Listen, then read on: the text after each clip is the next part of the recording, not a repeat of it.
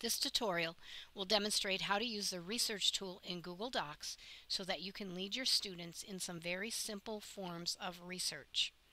I don't recommend this for everything, but I do think that it is a good tool. First thing you're going to want to do is go up to the Tools menu and down to Research. Notice a second window comes up here, and I have many options in this down arrow right here. I can pick everything, images, I'll show you that later, scholar, quotes, and dictionary. So I'm going to type in global warming.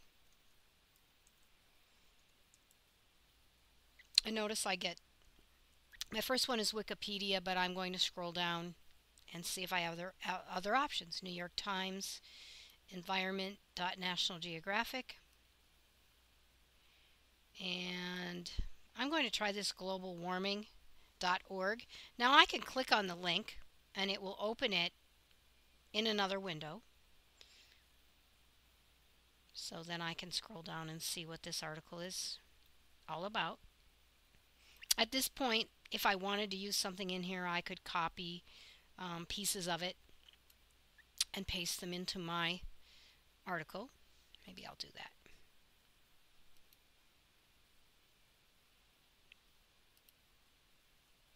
Okay. And because I've used that article now, I'm going to want to cite that. So I'm going to click on Insert a Link. So there I have my link, and if I hover over that, you'll see that I can see where the website came from. Also, I can click on Cite. Whoops, let me undo that. And scroll back here, and I'm going to click on Cite.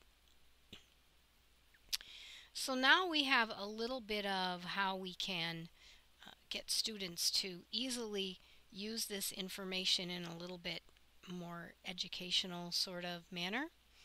I'm also going to now ask for, as long as I have it here, you can choose your citation to be MLA, APA, or Chicago. Okay. I'm going to keep the same search, global warming, and I'm going to click on images. And inserting images in Google Docs is so simple. I'm just going to take this image right here and I'm going to drag it right over. Now I can choose to make this image larger.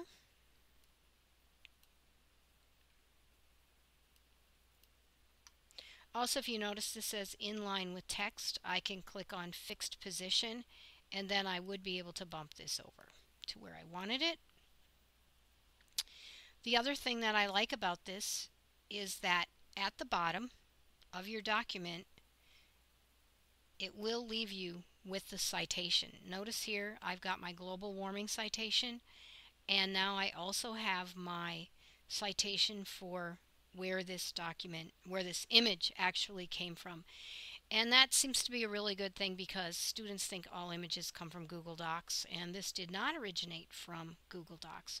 And you can do a little lesson on that sort of thing. Just out of curiosity, I've never done this before, but I'm going to also ask for quotes on global warming. So now I can actually take these quotes if I want. I'm going to scroll down to a little bit shorter one. And I'm going to click Insert. Now notice that went around the picture. I'm going to undo that. And I'm going to then put my mouse past this picture here.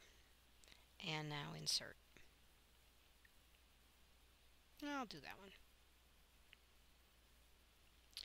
And let's take a look at what happened down below again. Notice now we have our third citation. So that's how you do some very simple sorts of research within Google Docs. Now, if students are starting to copy and paste things, you may want them to highlight what they have and bold what they've actually copied and pasted so that you have an idea of that. But in another tutorial, I am going to demonstrate how to follow their history.